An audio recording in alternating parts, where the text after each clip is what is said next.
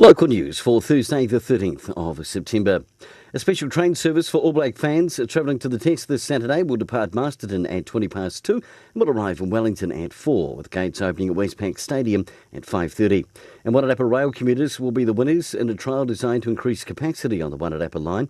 From the 24th of this month, Metlink will increase the number of carriages from 8 to 9. That on the 6:20 service to Wellington between Tuesday and Friday, and the 4:25 return service from Wellington to Masterton Monday to Thursday. 14 young actors from Harlequin Youth Theatre will head to the capital tomorrow on Saturday to compete in the national finals of Theatre Fest, performing the play King John, written by Paul Percy and directed by Linda Voice.